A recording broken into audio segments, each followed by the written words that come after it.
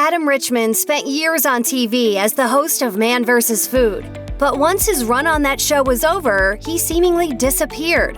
So what happened to Richman, and what's he been up to since he stopped filming his famous food challenges?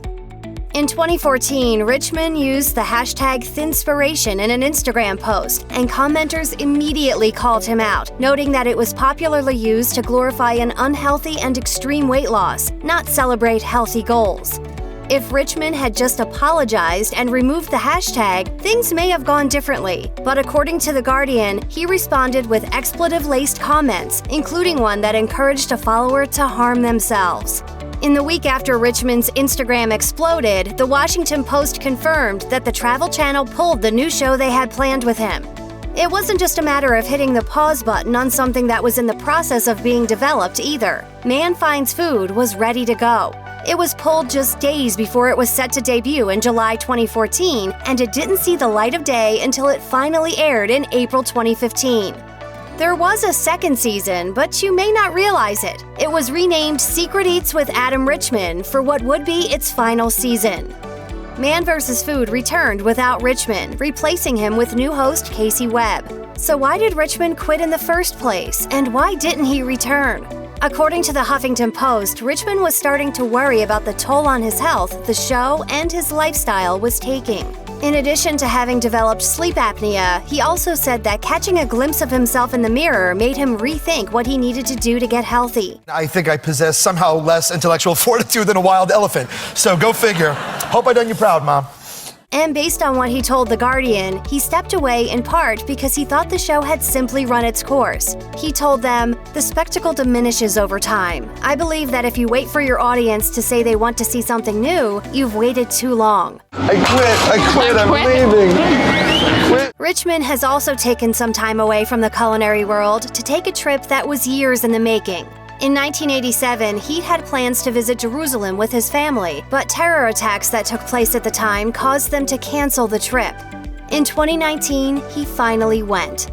He documented the whole trip, says the Nasher, and wrote a particularly moving post about his visit to the Western Wall on Instagram. It read in part, "I felt connected to the traditions of the past and to the spirit of the Holy Land, not just for Jews, but for Christians and Muslims as well.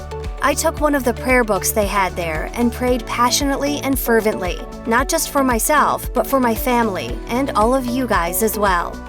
Most fans know Richman as the guy doing the eating, but since the end of Man vs. Food, he's popped up on other shows flexing his cooking muscles. In 2018, he stopped in to visit with Kathy Lee Gifford and Hoda Kotb and shared his mom's recipe for chicken marsala. He's also been on Good Morning America, where he's continued to show off some healthy eating habits that are about as far from the gluttony of Man vs. Food as you can get.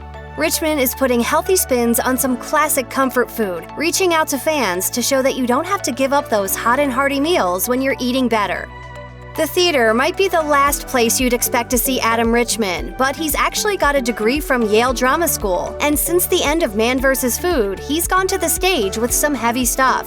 Richman was the creative producer of an award-winning play called Stalking the Boogeyman, which is the story of a journalist's quest to murder the man who sexually assaulted him when he was a child. The Travel Channel star explained to London Theatre, "Whilst I was filming Man vs. Food Nation, I realized that I was just another angry voice with a Twitter account, and I decided that I could either be a voice of anger or I could be a voice of change." That led him to a partnership with the Rape, Abuse, and Incest National Network, and he became a spokesperson for the organization. Richman has said he saw the opportunity as one where he could, in his words, help spark us to change or to come forward to help, or ask for help and tell us to do better. Check out one of our newest videos right here, plus even more mashed videos about your favorite stuff are coming soon. Subscribe to our YouTube channel and hit the bell so you don't miss a single one.